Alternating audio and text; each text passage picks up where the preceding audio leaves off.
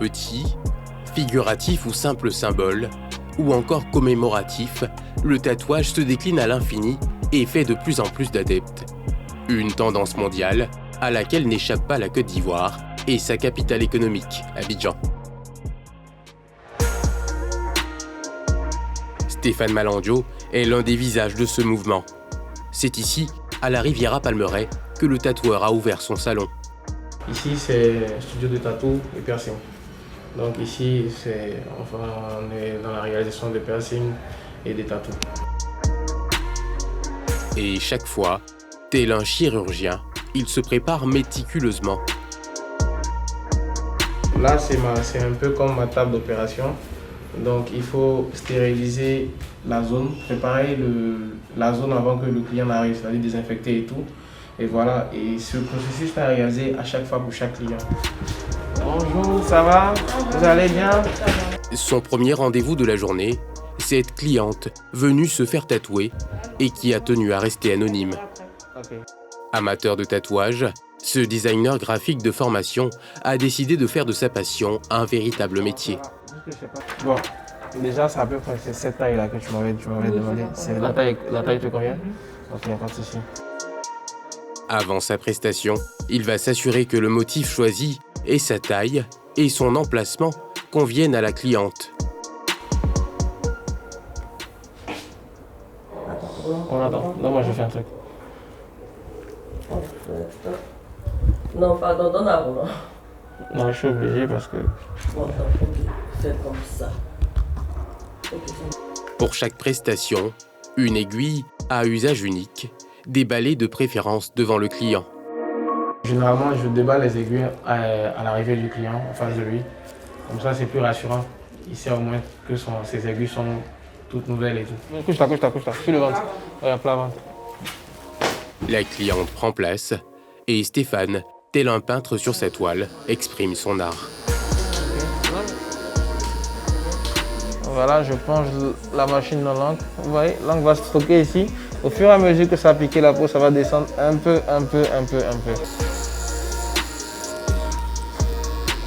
Et cette cliente n'en est pas à son premier tatou. Des inscriptions qui, pour elle, ont une dimension symbolique.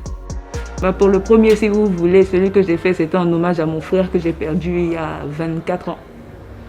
Et après de ça, j'ai fait d'autres tatouages avec des événements comme la naissance de mon fils, comme j'étais à l'étranger, donc on va dire qu'il y a un tatouage qui me rappelle mon continent.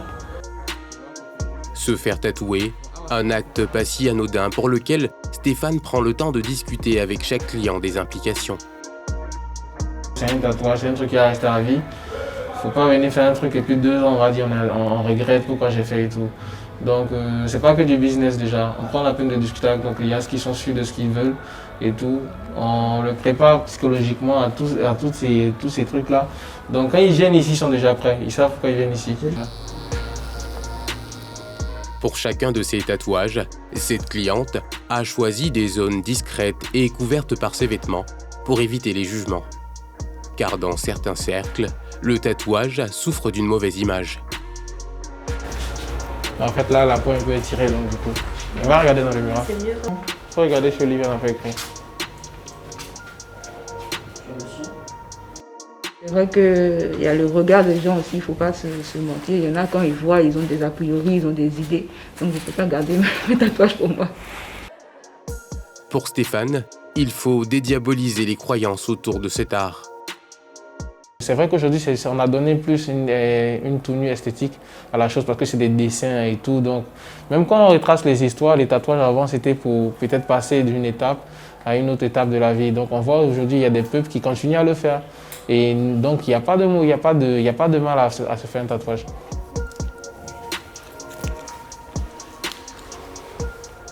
Alors, Awa, dis-moi, c'est bon, tu es satisfaite? Oui. Ok, tu sais ce qu'il faut faire maintenant? Pour éviter les risques d'infection, des solutions antiseptiques et des conseils sont proposés pour le suivi du traitement. Au bout d'une semaine ou 2, il y a les peaux mortes qui vont commencer à appeler. Tu n'enlèves pas, tu continues à hydrater jusqu'à ce que tout tombe et ça soit lisse. Donc je vais te remettre ces crèmes-là. Voilà, je pense que ça va suffire. pour ta cicatrisation. Pas de souci. Oui, je suis le tarif, donc c'est bon. Je vais quand même vérifier. Les bons comptes font de bons amis. Ok, c'est bon. C'est bon. Merci beaucoup. Au revoir. Coût de la prestation, 50 000 francs CFA. Ce sont en moyenne entre 3 et 5 clients qui viennent ici au quotidien. Et les prix des tatouages, eux, varient en fonction de leur taille et de leur complexité.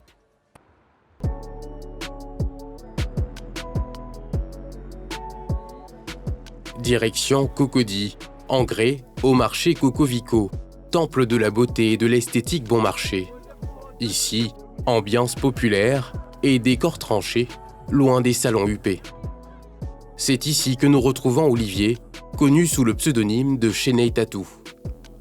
L'homme arbore fièrement ses dreadlocks, tatouages et piercings, un visage connu dans ce marché. Ce passionné est à la tête d'une entreprise qui emploie une dizaine de travailleurs. Il a choisi de travailler dans cet univers qui lui permet d'exprimer son individualité. Mais ici, il y a des... Tu vois, les vides là. Ça n'apparaît pas ici. Ou bien c'est vous-même qui avez enlevé ça? Non, c'est un exemplaire qu'on a fait comme ça pour que tu puisses voir comment la on va tirer encore un autre. D'accord. C'est une passion. Donc du coup, quand tu fais quelque chose, fais-le à fond. Voilà. Moi, je ne me base pas sur les préjugés. Non. Si mes parents m'ont accepté comme ça, j'ai ma femme et mes enfants tranquilles qui comprennent un peu ma logique, c'est l'essentiel. L'opinion des autres m'importe peu. Roxane, tu peux venir? Oui. Viens. Aujourd'hui, il reçoit Roxane, une de ses clientes fidèles. Elle est à son 7e tatouage, une passion qu'elle continue d'explorer malgré les réticences de son entourage. De là, c'est bon? Oui. Ça va? Descends un peu. Oui, c'est bon, c'est parfait. J'ai ma personnalité à moi et j'assume. J'assume pleinement qui je suis. C'est mon corps. Les parents se plaignaient au début, mais ils ont fini par accepter parce qu'ils ont vu que j'étais vraiment à fond, j'aimais. S'il lui arrive parfois de regretter certains tatouages, la jeune fille semble comme emportée par sa passion. C'est pas comme d'habitude. J'adore. Oui. Tatouage. Il y a des fois j'ai envie de tout enlever. Pourquoi? Bon, c'est pas facile aussi. Pas à cause des regards. Mais bon, après, je suis une femme. Et puis, je dois forcément passer par le mariage. Et puis, parfois, ça repousse, en fait. Vraiment, c'est une très belle collaboration. Merci. On est ensemble. Ouais. Ok. À la prochaine fois. Mais aujourd'hui, pour ceux qui regrettent, il est désormais possible de se faire effacer un tatouage. Un service qu'Olivier propose ici grâce à la méthode du laser. Grâce à la lumière émise, les pigments de couleur vont être détruits et les particules microscopiques qui seront produites dans la peau vont être nettoyées par les globules blancs. Pour enlever un tatouage, en général, 3 séances pour les plus petits tatouages. Maintenant, pour les grands tatouages, ça va dépendre aussi de la réaction de la peau. Parce que les peaux n'ont pas les mêmes manières de réagir face à l'impact du laser. Donc, ça prend quand même un peu de temps, parce que c'est une séance chaque mois. Une méthode qui ne laisse quasiment pas de traces. Une aubaine pour cette cliente qui se marie bientôt et qui est obligée d'enlever son tatouage malgré elle. Une exigence de son futur époux. Moi, je vais enlever à cause de mon mari. Comme je dois me marier bientôt, c'est qu'il vous fait. Le plus souvent, le problème que rencontrent certaines clientes qui désirent enlever leur tatouage, c'est soit par rapport à la religion, le mariage ou un concours. Celles qui désirent vraiment retirer les tatouages parce qu'elles n'aiment pas sont vraiment rares. Des pratiques délicates, compte tenu des risques qu'elles comportent, exercées en Côte d'Ivoire sans réelle qualification. Pour pouvoir pratiquer le tatouage sur des clientes, on doit avoir forcément une autorisation. Aujourd'hui, si moi j'arrive en Europe, je vais d'abord en formation quelque part. Je suis un expert qui va certifier que j'ai maintenant mon diplôme de tatou pour pouvoir... Normalement, quand tu entres dans un salon de tatouage, D'abord, le diplôme est là. Vous voyez un peu. Mais nous, on n'a pas d'école de formation ici. C'est avec les tutos que vous voyez, on arrive à réaliser tout ce que vous voyez.